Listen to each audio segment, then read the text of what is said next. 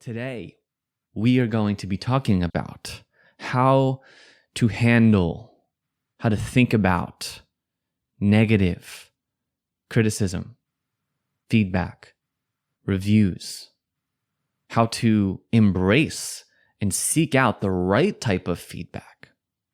And this is going to be a fun diatribe, and I hope you get a lot of value because it can really potentially do a little ninja mindset shift in how you approach the negative feedback that you get. So let's get into it. Number one, everything starts from here. This is just a foundation of how I believe you may want to approach the work that you are doing. And that is separating yourself, your humanness, your divine beingness from the work that you are putting out in the world. You are not your work. You created it.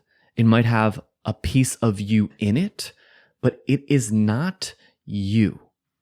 And the issue that many people have with receiving criticism, myself included, is that we think when people criticize our work, our podcast, our meditation, our coaching, that they are criticizing our own humanness, that they don't like us.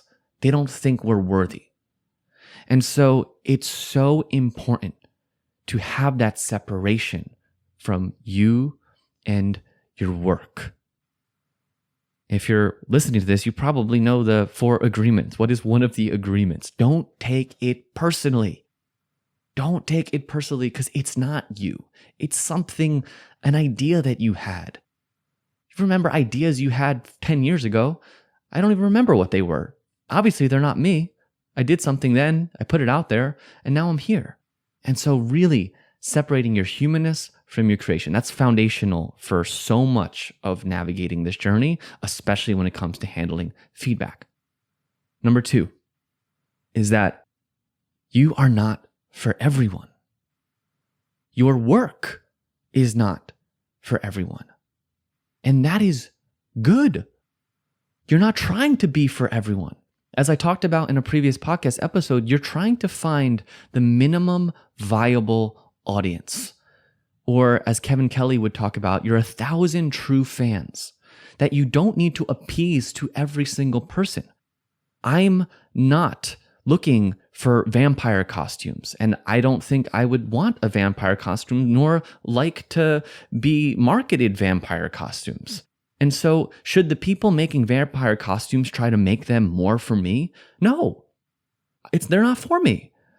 And so understand that you have your own vampire costume. I'm using an extreme example as an analogy for you to think about what that is for you. That your work in some ways is a vampire costume that not everyone wants. And that's okay because some people are really looking for your vampire costume. And when they find it, they're going to be like, yes, this is what I was looking for. So it's okay to be exclusive in that way. You're not for everyone. I've used this example before, but I'm sure maybe you've heard of the band Phish. Phish can sell out Madison Square Garden for 12 nights in a row. They can sell out a huge venue for 12 nights in a row. People love Phish. I hate Phish. I don't understand. I don't get the joke. What are they playing? It's just a bunch of random music that just doesn't end. It's not for me. And if Phish started to try making music for me, they'll probably lose their devout fans. I love not Phish as a band, but I love that Phish exists and that I don't like Phish so much to prove that they're not playing for me, that they have their core audience that gets it. And guess what? They're doing pretty well. They have 0 big mainstream hits, but they can sell at Madison Square Garden for 12 nights in a row. I bet you can find a pop star that has a huge mainstream hit that couldn't do the same. Finding true fans, realizing that you're not for everyone. And so that's kind of these foundational pieces to handling negative criticism. Because if you can know that you are not your work and that you are not for everyone, then this just becomes a breeze on how to handle. And what happens is you actually begin, and this is where the ninja moves come in. You begin to celebrate your negative comments, to celebrate them, to see like, whoa, this means I'm putting myself out there enough to get and warrant someone not liking it. I remember the first time I started posting on Facebook in 2016. I started coming out to the world in many ways on social media of these new things that I was doing. And I got my first hater.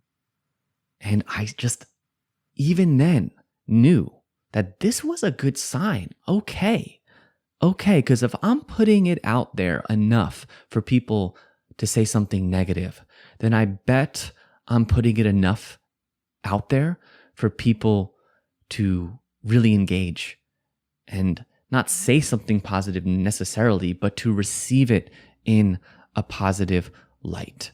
And so whenever you get negative reviews or feedback, notice what happens if you can shift and celebrate it. Because one, it's not you, it's about your work. Two, your work is not going to be for everyone. And so when you can proudly show who it's not for, then you can celebrate.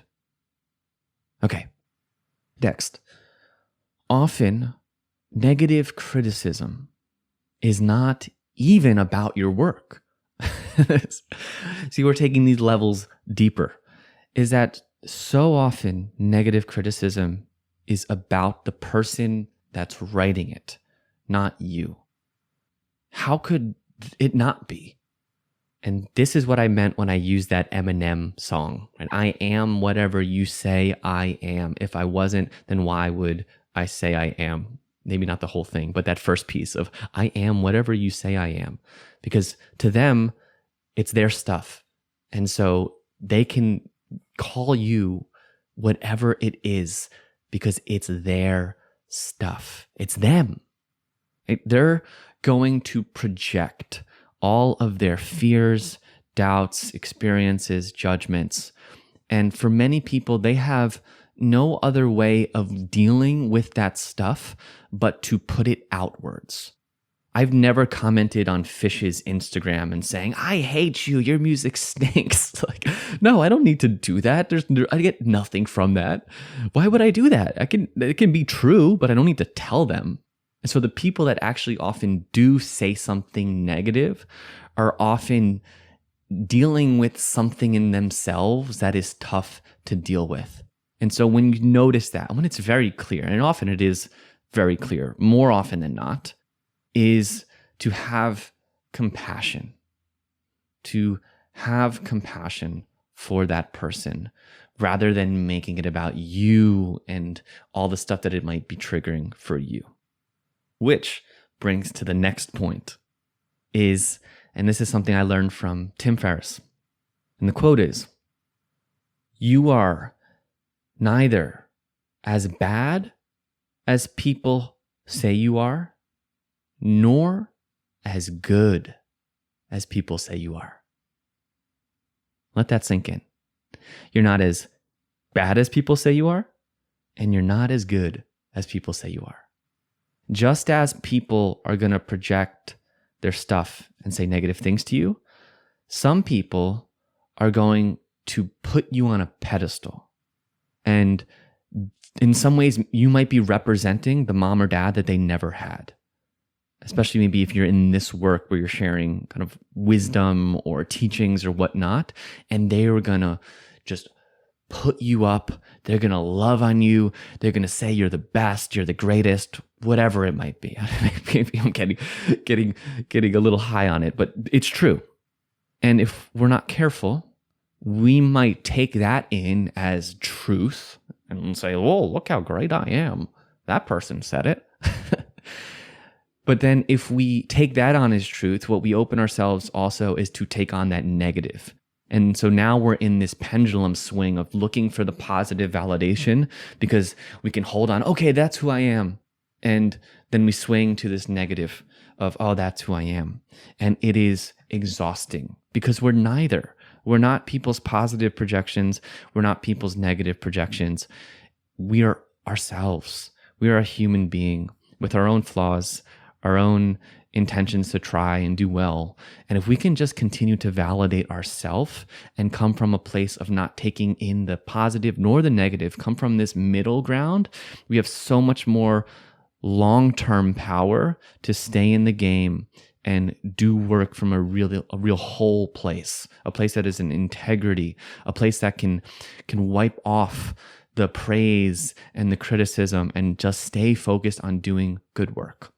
Now, I really hope you understand that I'm not trying to put myself above you in these categories, that I 100% have taken on some of those positive things and think how great I am sometimes. And so I say this stuff not just for you, but as a reminder to me to stay the middle ground and focus on the quality and the heart and the intention of the work that we're doing. Okay. And so to recap around the negative criticism piece is that you are not your work. You are not for everyone. That means when someone says something negative, good, because you're not for them. And often their comment is about them, not you. And remember, you're not as bad as they say you are, and you're not as good as they say you are. So let's start talking a little bit about actually taking in feedback. Feedback and criticism are often different. Real feedback is generous. It's someone actually saying, hey, maybe this could be helpful for you. Right? Criticism is often those negative projections that people might share, right? Where there's almost like a maliciousness to it. And where the in-between is, like let's say you're having a feedback on one of your meditations. I'll speak this for myself. So I remember getting a lot of feedback on meditations where they might say something positive and say, hey, yeah, I really like this, but the swallowing noises were distracting. Okay, interesting. And maybe I will see that comment a few times of, yeah, I couldn't stay with this. The swallowing noises were too much. And so they're actually not talking about the work in some ways. I mean, they are for sure, but they're talking about a piece of the work that's taking them away from actually hearing the main message. And at the time, I wasn't really doing any edits on my tracks early on. And so there was all these speaking clicks and swallows and things that I edit out now, or maybe I'm able to not do as much as I did back then. And so there can be some truth in the feedback. Let's say it's comments on Insight Timer or wherever it might be coming from on Instagram or Facebook. I would actually not take so much from social media, because what kind of content are you really creating in a long form way on there to have warrant a really solid feedback? Anywho, YouTube's a tough place for sure. So for Insight Timer, we're in this in between because people often have to make a comment as themselves. Anyway, so learning to be like, okay, well, is there a semblance of truth in this? And then going, oh yeah, maybe I will do that edit a little differently. Another thing to note when you're getting feedback for your own self-work is, where are you getting triggered? Like, what is charging you? And to go inwards with that too. To go inwards. Because you can get some feedback for a long time. You can get some feedback and it just has, just for me, no, it's really negative, but I'm like, it has no impact on me. It's like, yeah, whatever. And I guess you kind of get used to that if you've gotten so much negative feedback over years of being in this world. But noticing when the things charge you and being curious of, what is it about that that's charging me? Is there a truth, or is there something I'm not okay with? I'm not okay presenting myself as? And what to do with that? For some reason, I got charged from a negative comment more so than I have in a long time, not so long ago. And the comment was something like, I wish you would stop talking about yourself. Something like that.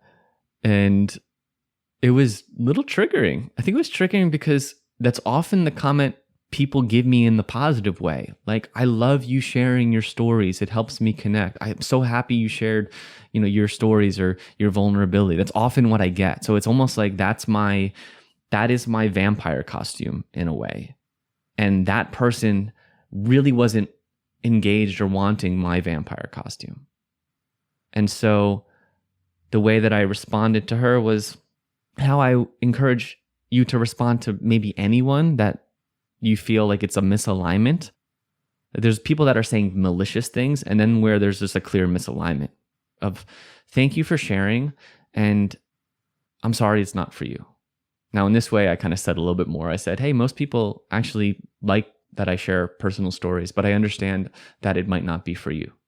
Thanks for listening. I hope you find, someone that you resonate with. And so I had to sit with that and go, okay, well, is there still this little trigger in me? Maybe I do want to, that's why, as you heard on one of my episodes recently with Darius, it's like, I like solo podcast episodes the most because I get to just talk. So I don't know what that is, but something to sit with. And then underneath that again is how to respond to that. Thanks for sharing. I'm sorry it's not for you. That could be the only response or no response. Often we feel like we want to respond more to the negative comments than the bad comments. It's our negativity bias for sure. Moving on to real feedback, not criticism. So we kind of had like an in-between of feedback in some of these comments on where people that we don't know. And then thinking of feedback, we want feedback. We want feedback from people we trust, and we want feedback with consent. Consent is actually a really big part of receiving quality feedback. And it's so great to have either containers of consent, meaning, and I'm sorry, I'm laughing because it sounds like some kind of polyamorous group or something, containers of consent. I'm talking about masterminds, like to actually have like a group of mastermind where there's a mutual consent that we are here to improve and help each other. Right? There's a mutual, hey, I saw what you did. Maybe you can do it this way. Or, hey, I noticed you did this. This is my response to this. And even then, sometimes having like, are you open for feedback? So in masterminds, there's often consent is built in because that's what we're there for, to receive feedback from people, colleagues, people that we are engaged in. I have a client who literally in our coaching container asked me, we're working on a big project for her that she's launching.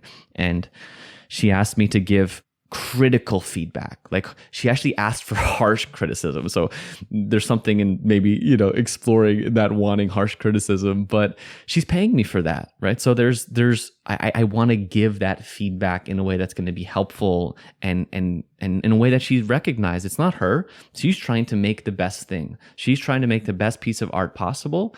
And so it's about the work. Rick Rubin will always talk about this. It's about the work. It's not about her or the person. This is where we go back to step one. We separate ourselves from the work. And so another example of this is, I just mentioned Darius, and we had a podcast together, Darius Bashar. He's been on the podcast 2 times, dear friend. And after our last podcast together, he listened to it and he asked me, he's like, hey, I love the show. Are you open for some feedback? Right? Consent. And I think he knows he could give me that feedback, but there's something in setting it up that prepares me and sets the stage that he's going to give me something that I know is coming from generosity. He's not trying to pull me down. He's trying to make me better. He's trying to make the work better, not me better, the work better.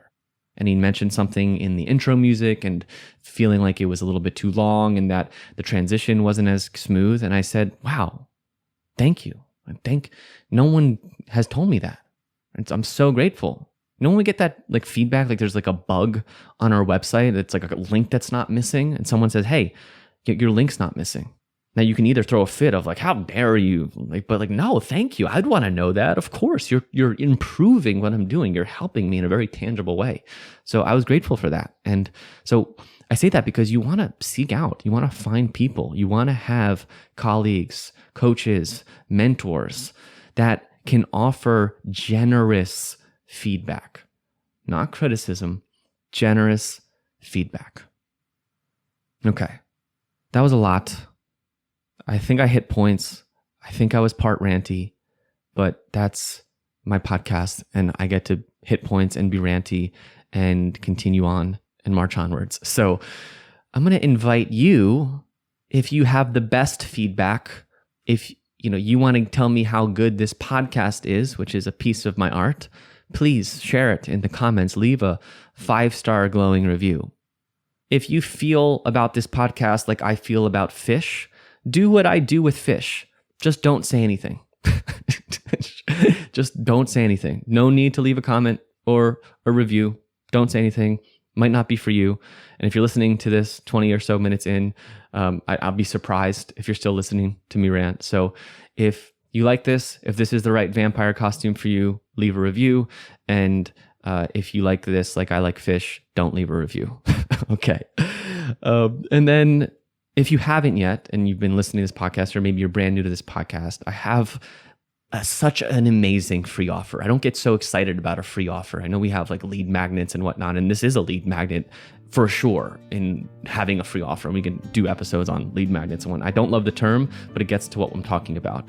But I really think this is good, hugely valuable, and will help you come up with new ideas for unique meditations so that you can find your art, so you can create your vampire costume, and where someone's going to be like, yeah, this is what resonates for me. And it's completely free. It's called Meditation Script Mastery. It's an hour-long training, and it's going to help you come up with unique ideas for new and powerful and evocative meditations. Go check it out in the description link below, and I will see you next time on the Art and Business of Meditation. Thanks for listening. I'll beat my drum for you, I'll sing my song for you, I'll clap my hands to the beat that transforms into. I'll beat my drum for you, I'll sing my song for you, I'll clap my hands to the beat that transforms into.